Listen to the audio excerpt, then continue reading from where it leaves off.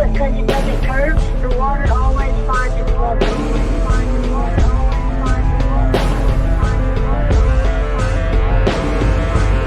What'd your teacher do?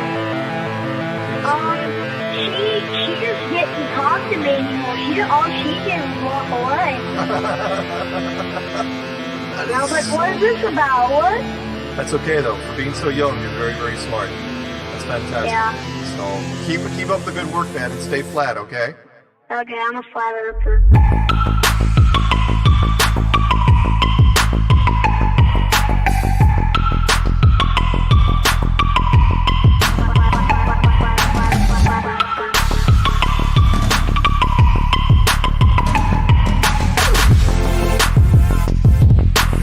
She couldn't do it.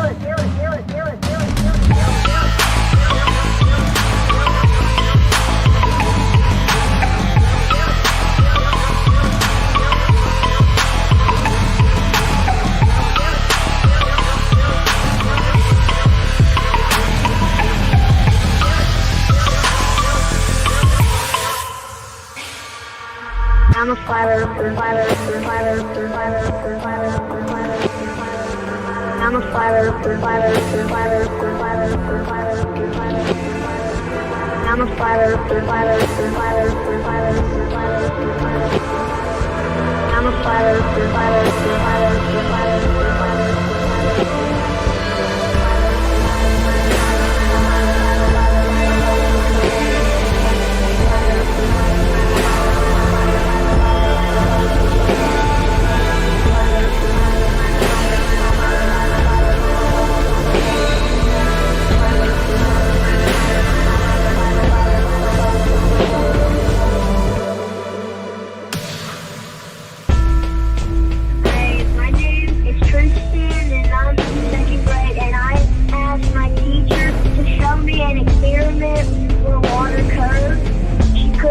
because it doesn't curve, the water always finds its way.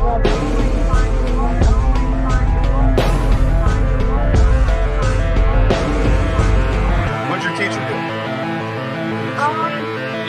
She just didn't talk to me anymore. All she did was walk away. And I was like, what is this about? What? That's okay though. For being so young, you're very, very smart. That's fantastic. Yeah. So keep up the good work, man, and stay flat, okay? Okay, I'm a flat earther.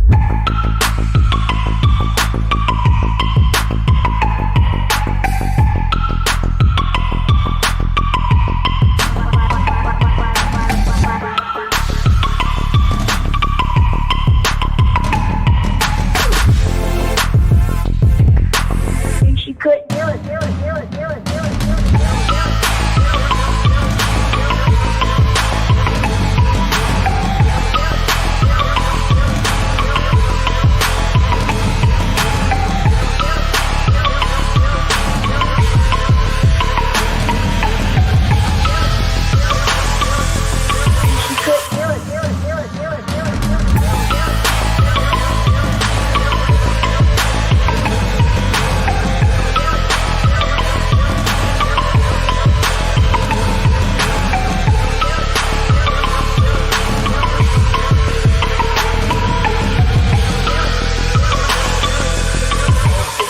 Up for sound bites. This is awesome.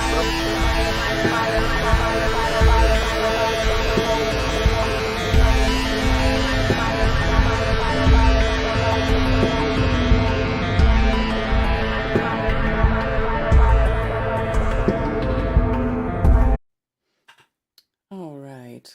Good rising, everyone, and welcome back to Anti-Religious Scripture Study with me, Karen B, and of course, just Jack Flat Earth. Shabbat Shalom. Shabbat Shalom.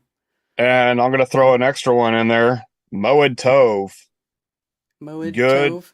Yeah, Moed Tov. Good appointed time of Yah. So the Tov, of course, is functional or good, and Moed is the appointed times of Yah. And the reason I'm saying this is because tonight, when the moon appears, it's the marker for beginning the 7th month, which is the latter Moedim. And the reason I'm saying latter is because you can't use the English terms of spring or fall, because if you go down south, it's springtime, and if you're up north, it's fall time.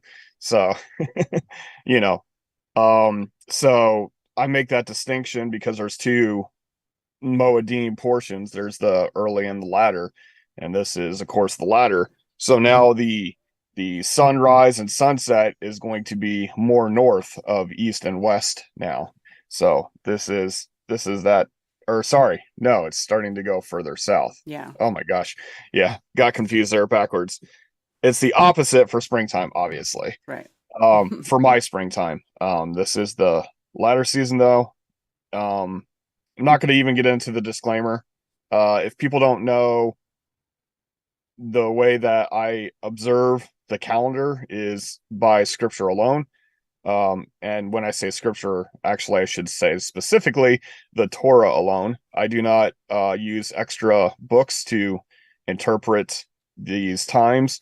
So I'm just going to give the header here. Torah verses that I use for the calendar. Genesis 1:3, Elohim said, light come to be, and light came to be, and Elohim saw the light that it was good, and Elohim separated, very important, the light from the darkness. All right, so, and that's why I highlighted separate, because that's a very important factor. Elohim called the light time the Yom, which is translated it as day. It should have been transliterated, because if Elohim called it something, we should call it that too. And the darkness he called Lila. Okay, so there is a separation between Yom and Lila. Okay, in English, there is no separation between day and daylight. If we say day, it could mean day as in 24 hours or day as in daylight. Mm-hmm. And here it's very specific. The light is called Yom. All right. So, for those of you who haven't seen it before, there came to be evening. Evening is actually Erev, which is dusk, like dawn or dusk, like we would call it like twilight. For sundown, and I put or sunrise, because dusky does not just happen at sunset, just to let you know. And morning is to break forth, as in like the break of the day, because breaking is also used for, or boker is also used for when the oxen break the land, or the seed breaks open. And the seedling is also called a boker, because it's the seed breaking forth. So this is not morning, this is the breaking forth light. So that's how I do that. And then, of course, the lights in the sky tell us when these times are. Elohim said, let the lights come to be in the expanse. That's a horrible translation. It's actually rakia, which is the beaten out overlay of the heavens, to separate the Yom from the Lila and let them be for signs and appointed times, and for days and for years. And years are revolution of time. These are the repeats. So it's not necessarily year, but the cycles, the lit cycles of the sky. Mm-hmm. And it's just translated straight as a year. So this is something that, it's taken me years to like decipher through and make sure that I'm not being influenced by previous teachings or understandings. It's just by studying the scripture alone. So this is how it was translated for me. And they speak, Elohim, exist from lights in the shaped overlay, the Shemayim, or the unseen existences, to do separate in between the Yom and between the Lila, and exist they do for benchmarks and for appointments and for Yoms and for repeats. And they exist due from the light sources in the shaped overlay, the Shemayim, the unseen existences, to for lighting on the arets, and exist affirm, like yes, it exists, so right. And they do make Elohim the duplicate lights, the greater from light, the greater from rule the Yom, and from the light the less from rule the Lila, and action 2 the stars, and continue action 2 from Elohim in shaped overlay. Again, shaped overlay is Rakia, aka firmament. the Shemayim, to light on the arets, and to roll in Yom and in Lila, and to do separate in between the light and in between the dark. And he see Elohim, because that functions and exists mingled darkness and exists breaking forth seen light, Yom forth. All right. And then the beginning of the year is with the agricultural term, the Aviv, but we're not going to go over that right now. We're going to jump forward to the group of the Moediym, and the best place to do that is Leviticus 23. Anyone who is trying to live according to the Torah and you want to keep the appointed times, Leviticus 23 is a staple. It's a must. It needs to be bookmarked and studied to know when the appointed times are. So the latter, in my area, fall, Moediym, it starts around verse 23. So it's kind of easy if you think about, if you remember that it's chapter 23, and then verse 23 is the beginning of the latter Moediym. So from 1 to 22 is the spring, I should correct myself. The early Moediym is 1 through 22, and then 23 through the end is the latter, aka my fall Moediym. One moment. Okay, so starting at verse 24, what was verse 23? Let me look at that really quick. Okay, it just says, and Davar, ordered word, Yehovah, to Moshe, saying. Okay, so that's just the introduction. And Yehovah gave word to Moshe, saying, speak to the children of Yisrael, saying, in the 7th month, on the 1st day of the month, first day, this is Yom, right? Yom is the light time. You have a rest, a Sabbaton. This is with the tone on the end, gives it the suffix that means it's diminutive. It's not a full Sabbath, but it is a day of rest. A remembering of blowing trumpets, a remembrance of teruah. The teruah is shouting with your mouth, or the blowing of trumpets, the shouting of the trumpets. A set apart gathering, Yom Teruah. You do no servile work on it. On the 10th day of the 7th month, so this is like tonight, I'm going to be looking for the moon, which it's already been 30 days for the 6th month, so it's like definitively tomorrow is Yom Teruah. However, I'm going to continue in the practice of starting the month by citing the new moon, so I'll be looking for that tonight.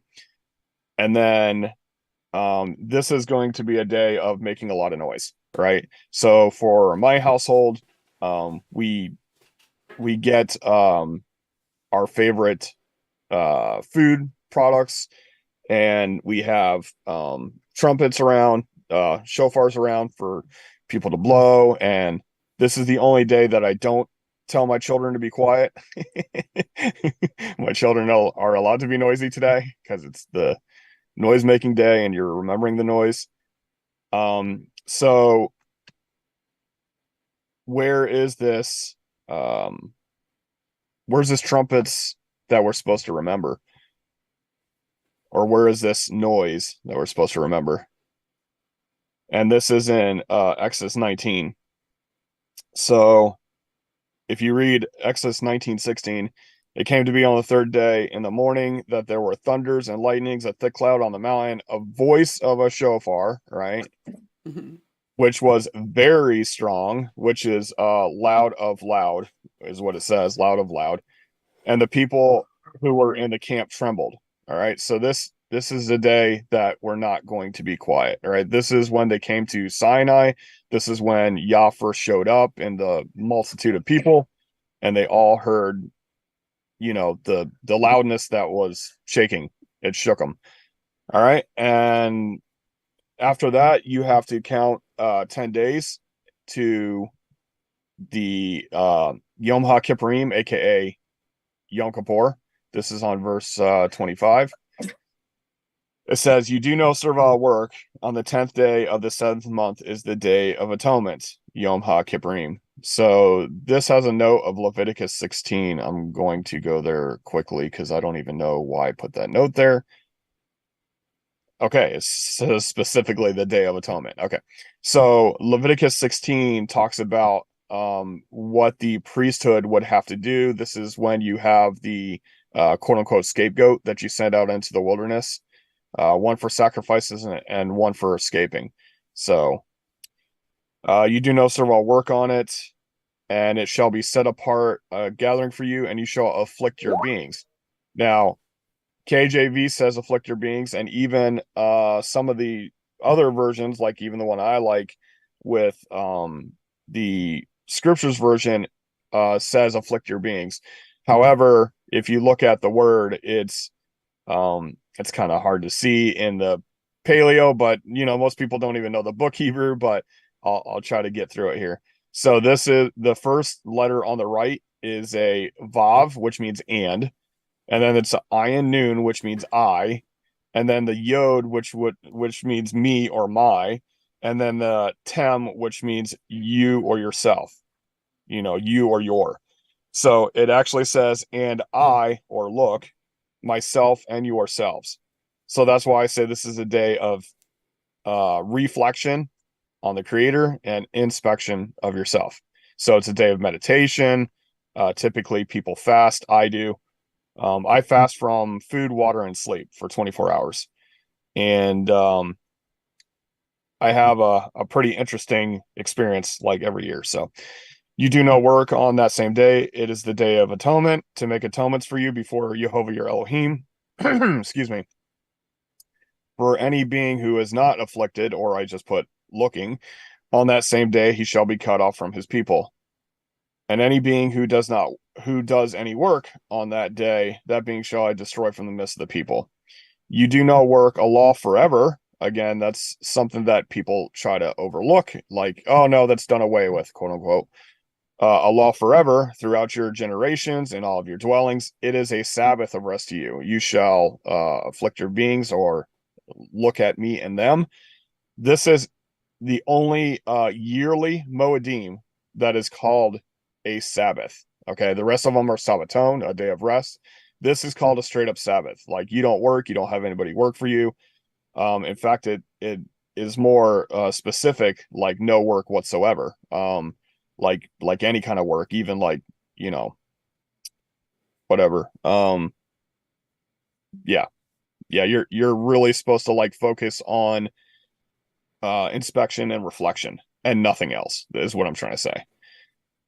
And it says that on the 9th day of the month at evening, which again, if a day started at sunset, it would say starting on the 10th evening, but it says on the 9th evening. From evening to evening, you observe your Sabbath. And then 5 days later is Sukkot. So speak to the children of Israel, saying on the 15th day of this month is the festival of booths or Sukkot for 7 days to Jehovah. And this is a font error, so I'm going to fix that right now because it's going to drive me nuts if I don't. And save it.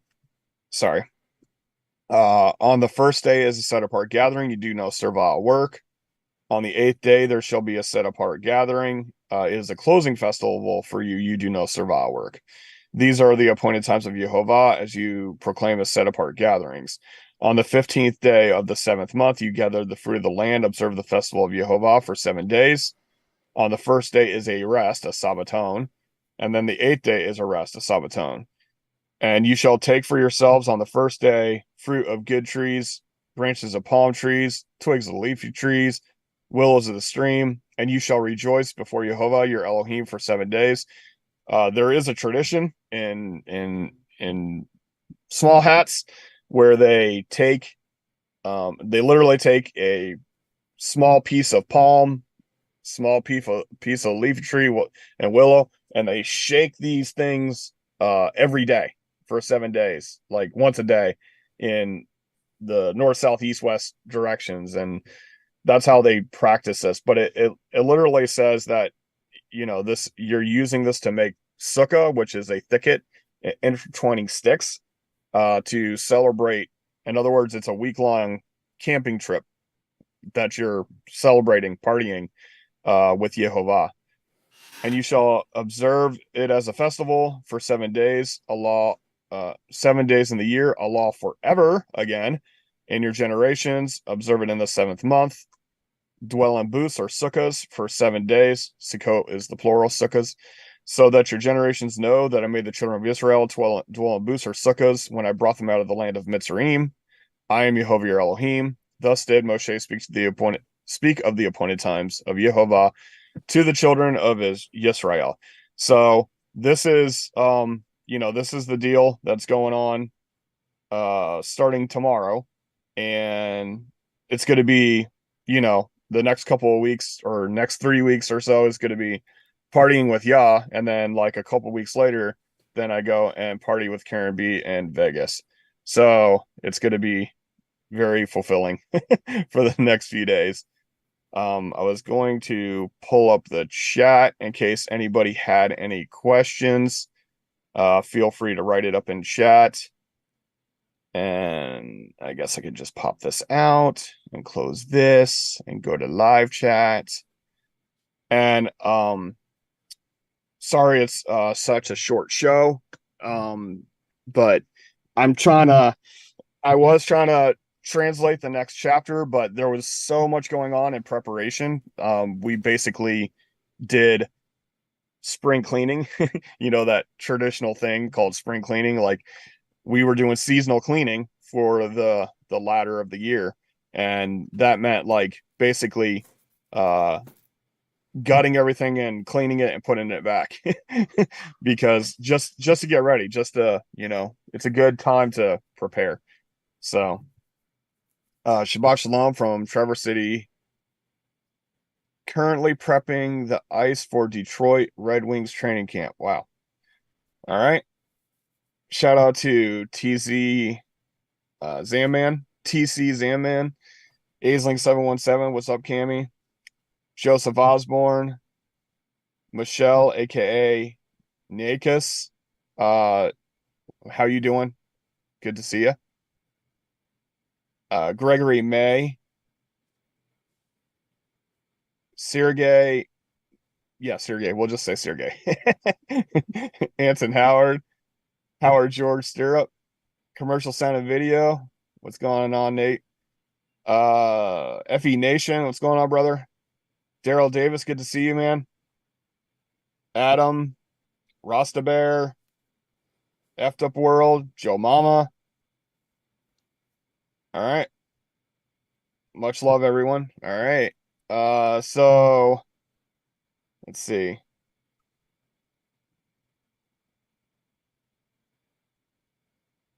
I call this time of the year the dead time of the year. Yeah, it's going into its rest.